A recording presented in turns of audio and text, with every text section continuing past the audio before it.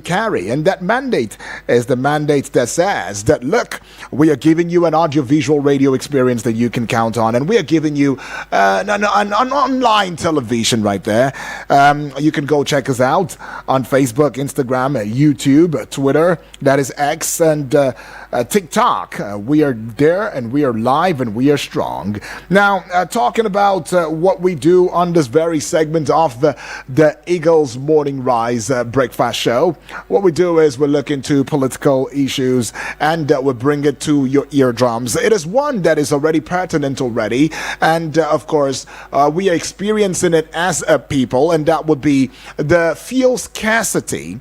Yes, the fuel scarcity that is already ongoing in the country, and there are tales of a continuous scarcity, right? And these are the things that we might just, we'll be looking into, as we'll be joined by our guest, who is in the person of Mr. Agaba Wilson Agaba. We'll be looking at the Nigeria's fuel scarcity, causes, impact, and the possible solutions. And Mr. Agaba Wilson Agaba is a business, financial consultant, and public affairs analyst. By the way, my name is Udwak Daniel. Well, just to also bring it to our eardrums,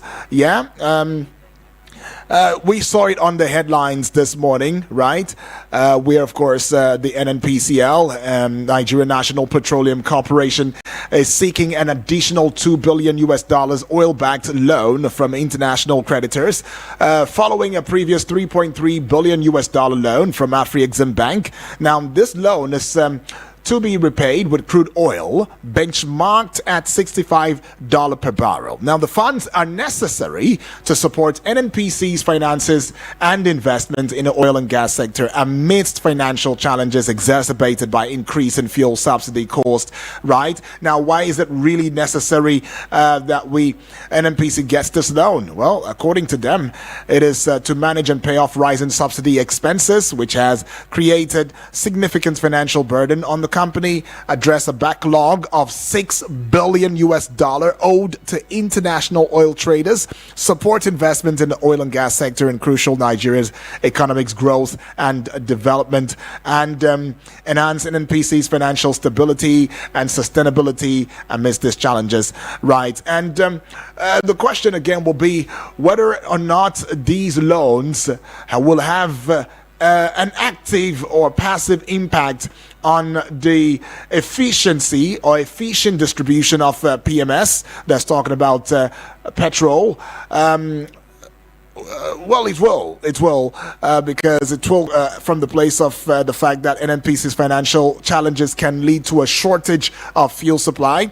It might cause distribution disruptions and scarcity of PMS at retail outlets, and of course the place of distribution infrastructure where the loan can be used to improve, maintain NNPC's distribution infrastructure, such as pipeline, depots, and trucks, to ensure efficient transportation and delivery of PMS to various regions, the place of logistics and transportation. I mean, it will indeed, it will, honestly, it will. And we are even talking about subsidy, payments and all of that, the investment in technology, quite a number of things, right, that where that can, actually stand in. So it can affect the efficient distribution of PMS if we are able to secure these loans and all of that. Well, let's also now look into the matter on ground, but there are also some other concerns about the fuel scarcity in Lagos and Abuja, right, having worsened due to NNPC's rationing of supply to depots, prioritizing of loading to Abuja and disruptions in importation. Now, this has also resulted in a diversion of fuel trucks from Lagos to Abuja, and it is exacerbating the shortage in the southwest region. Now, the situation is expected to worsen, though, in the next 2 to 3 days, and that may just lead to longer queues and higher prices. So, the diversion of fuel trucks, though, to Abuja It has raised some concerns, some suspicion of foul play, with some alleging that the fuel is being hoarded or diverted for selfish gains. And this has sparked concerns about the transparency and accountability of the fuel distribution process. Well, looking at what we'll be talking, this morning, right? Nigeria's fuel scarcity has persisted. We all know, you and I know that, for decades, and ensuring that we come out of the woods on this one, it seems abortive, as we hope to look at the historical context, the human impacts, the critical concerns, as well as solutions to the fuel scarcity issue. We also would look at Nigeria's fuel management to that of West African countries and reputable international nations. So Nigeria is a nation that is major in oil production, but we face recurring fuel scarcity, and it's causing widespread hardship and economic strain. But as it stands now, the House of Representatives has recently probed the matter with reports indicating that the country has lost approximately 423 billion naira to the lingering fuel scarcity, right? And if we're going to be looking at some of the issues that concern fuel operation in West Africa and international context, of course, we will get to the point where the West African region relies heavily on petroleum products. There's no gainsaying, with Nigeria being the largest producer and consumer. Now, the region's fuel supply chain is somewhat vulnerable and to disruptions, and that is leading to occasional scarcity. Now, from the international context, globally, fuel supply chains are complex, and yes, they are influenced by various factors, which include weather conditions, geopolitical tensions, and market fluctuations. I mean, all of these, go on to affect it. But major oil products caused by thunderstorms and other weather-related issues. That's on the one hand. Now, oil marketers are accusing NNPCL of insufficient supply, and they're telling the NNPCL that, look, you are the one who is making the scarcity come to bear because of inadequate supply from you. And the regulatory bodies are criticized for lack of efficient oversight, as the NMDPRA have been accused of failing to enforce compliance with standards, contributing to the current scarcity. Mr. Agaba, Wilson Agaba, when we welcome aboard. Good morning. Good morning. Thank you for having me. Right. When we look at this issue of the prevailing fuels demand. Well, what you can see today is what you are seeing today is a lack of political will from the head up until every other managerial, tactical, and operational level within that sector. As of before this administration, President Muhammadu Buhari was he wants things to work in this sector. Then he had to be effective himself. So it all boils down to his leadership. He appointed the Minister of State. The MD of NNPC was nominated by him, and almost every key people in that sector he can fire or suspend or change or call to question. So agencies, people do whatever they like, And are you there? Yeah, I am. Go ahead. People do whatever they like because our system has not put, as some people, burning man hours, economic hours on the queues, under the scorching sun, trying to get fuel. How do you want the country to progress in that way? We are talking about flood in Lagos. How many days ago did the flood start? If these businesses were individual people's business, like if you do productions, for instance, of processing of raw materials, are your raw materials going to be landing every day just for the production of that day? You will have storage. and you will make plan for in case of things that you have not predicted will happen. You will make provision. That's why we stock. We keep stock in our engineering problem. Concerned Nigerians with the capability can come up with suggestions to help. Right. It doesn't cost so much to govern a country, especially if you fix your fuel shortage has been as a result of natural reasons, talking about flooding, the rainfall, and all of that. And quite a number of Nigerians are beginning to find it suspiciously a foul play where directives has been given for petrol tanks at a point like this. Do you think that in a time like this, knowing that we are the originators, in other words, the resource, the crude in itself is ours, right? That we should be coming up with a narrative of excuses as we are having pots of excuses for. Let's do that.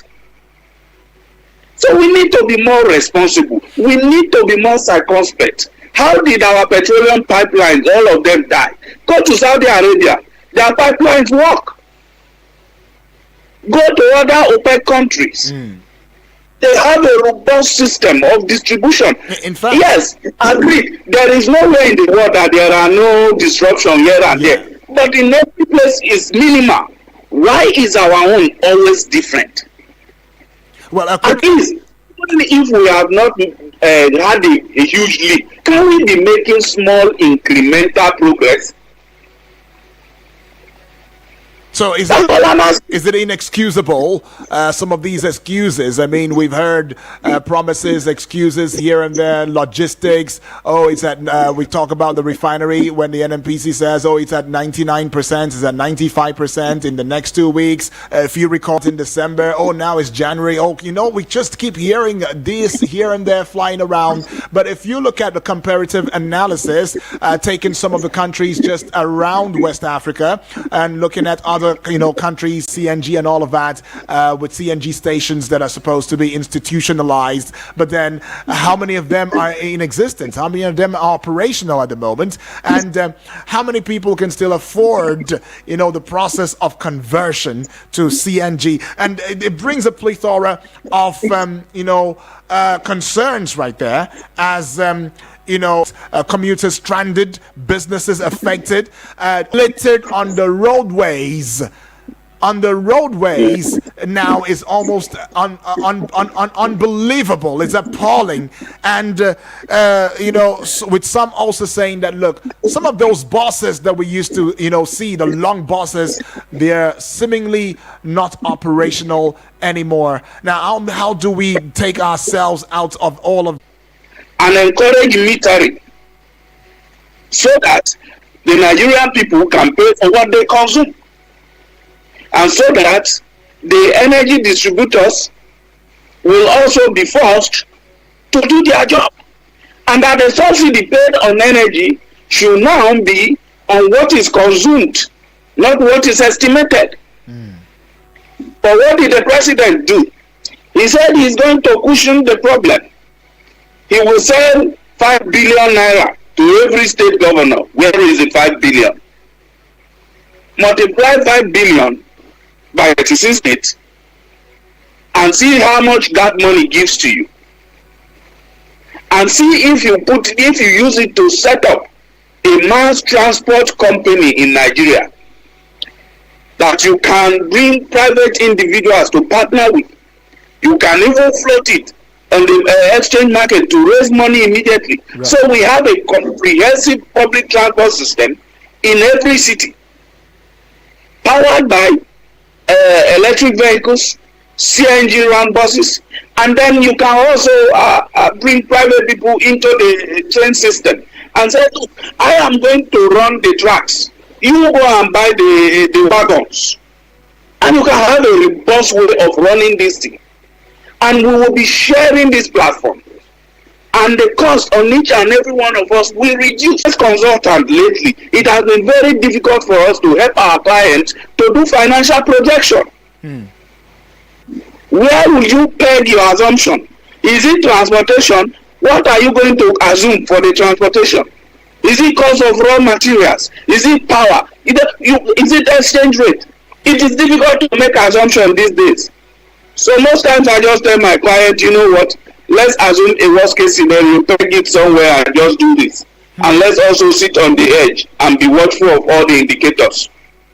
That's what we do. Mason Bills. We'll be right back in a short bit. It is Eagles 102.3 FM Abuja. When we come back, of course, opening the phone lines will be Denmark in Nigeria. Sorry for the inconvenience. I suppose it was inevitable. Eagles 102.3.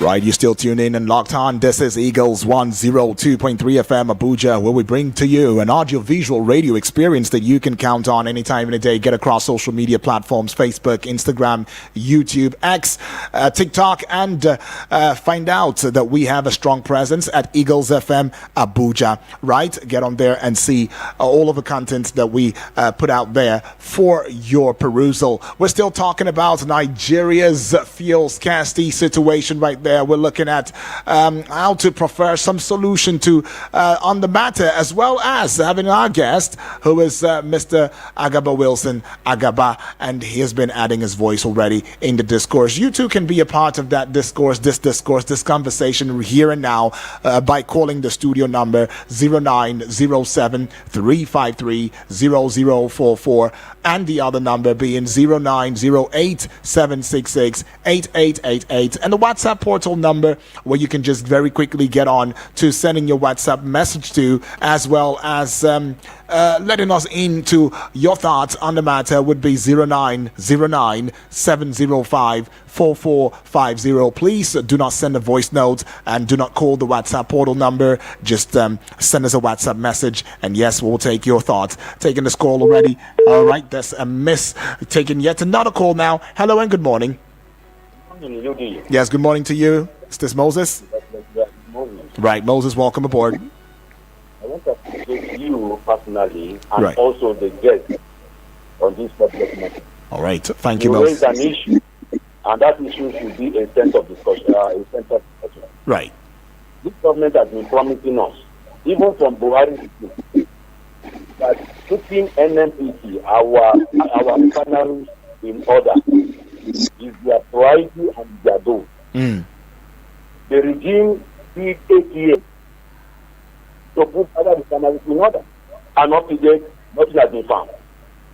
Then another point that your guest raised, government promised, say they'll give about how many billion to each state. Then I had to, what is going on? If this money is being converged together, can't we put our refineries in order? Then another thing again, what is making our refineries not to work? Once again, who brought his own as a private refinery? He made a statement that there are some cabals that will not allow both external and internal, that will not want the refinery to work in this country. Who are those cabals? So this means there are people who are behind the inactivity of our refinery to work, Right. because they are making money and that of it. So who are those people? Why can't they look at the countries you mentioned, South Africa, Ghana? They refine this thing for themselves. So what is this about? Are we caught? Are we caught? All right, Moses. Who Yeah. are those people behind it? Thank you. Thank you, Moses. Moses asking the question of who are the people behind this, sabotage that's going on in this sector right there. You can still bring your thoughts in 0907 353 0044, and the other number being 0908 766 8888. Hello and good morning. Good morning, Eugene, my brother. This is Alami from All right, Empire. Alamin, welcome aboard. Yeah. Thank you. I greet our guest. You see, UD, one of the appointment of the Tinubu's administration, which for me, it was, I don't know, the best word now escaped me right now. Okay. That I think it was just grossly unpatriotic of the president to have done was the reappointment of Mele Kyari as the MD of NNPC. You know, despite the massive corruption allegation that was discovered in that agency. And then for him to have been reappointed, I've been trying to find the justification. I've been asking the question, on what basis was Mele Kyari reappointed the MD of NNPCL, despite his alleged atrocities, running into trillions of naira, all results subsidy scam. And what we have just now is an NNPCL that is even worse than it was a year ago under the Buhari's administration, being headed by the same man. Now, I was reading a report. The reason for the first scarcity is because NNPCL is owing international supplier to the tune of $60 billion.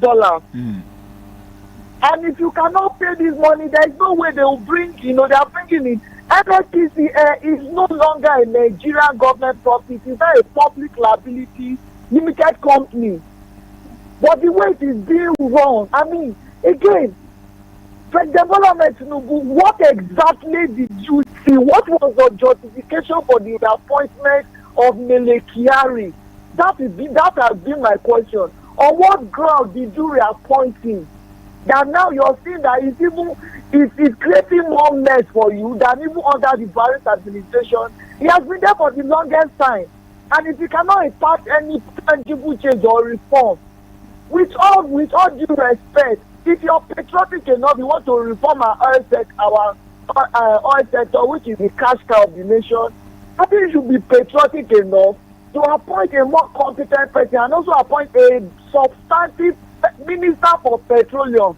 Not doing it the same way it has been done that you become the minister. You have a lot to think about. All right. These are what my questions that are still unanswered. What exactly warranted the reappointment of the Kyari? Because by all standards, he does not merit it. He has still woefully reappointing him is reinforcing failure. All right, Alamin. Thank you so much. Thank you so much. Alamin, though, asking another pertinent question. What did you see? Asking, of course, the president.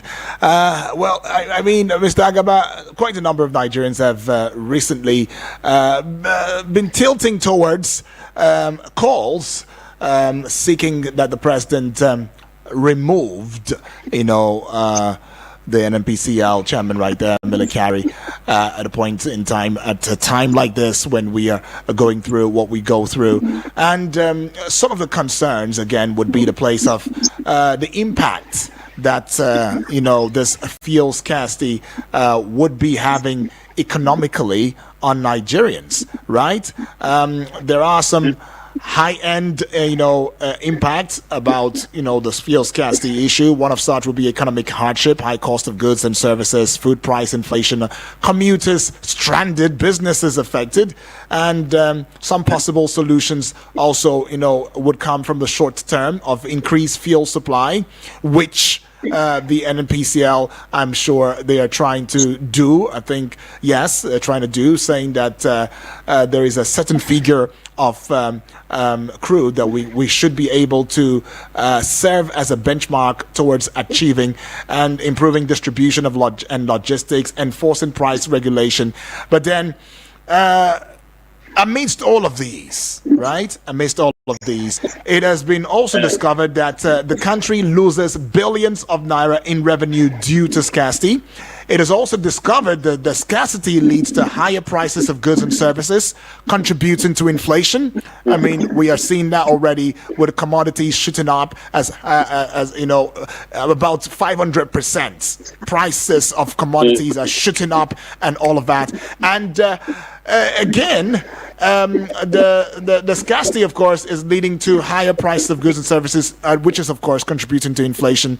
And we've seen that recently, even the price for a liter of fuel is rising to as high as 700, even 980, as we saw on one of the newspapers as at yesterday, and all of that. What do you think could be an implementation plan? Alamin has raised, the place of, hey, what did you see in Mele Kyari? Asking the president. Moses has come to asking questions of who are these people who are sabotaging the process and the system and not wanting it to work. Remember as well that Dangote, refineries or Dangote had come out to saying that, look, hey, there are cabals, there are people who are trying to, he said the IOCs are trying to stifle, the processes. And it seems again that we probably may not even have this crude, as NNPC is already mortgaging this crude to paying debts. They've secured another. They're looking at another $2 billion to borrow. All of these, Mr. Agaba, where are we going with this? Well, the answer to where we are going, I will not be the the best person right. to give you the answer. Okay. And I don't want your station sanctioned also. Okay. I also don't want to be picked up. I get that. But I'm sure you know where we are going, and all our listeners know where we are going. If we don't turn this ship around, we know where we are going. Anybody in this country that tells you they don't know where we are going is only being euphemistic. We all were headed if we don't turn this ship around very quickly. Yes, those calling for the sack of Kyari, I can understand. But you see, I am not one to quickly point and say, this person, you are the problem, when I don't even know the terms of engagement of that person. So that is why I pointed at the president, who is not just the commander-in-chief, but also the substantive minister of petroleum, the sector in which all of this is happening. You understand? So I can't say that if you remove Kyari today and put someone else there with the same terms of engagement like Kyari had, that something is going to change. You understand what I mean? Right. So it may not. What I want to even first call for is to make the sector transparent. Okay.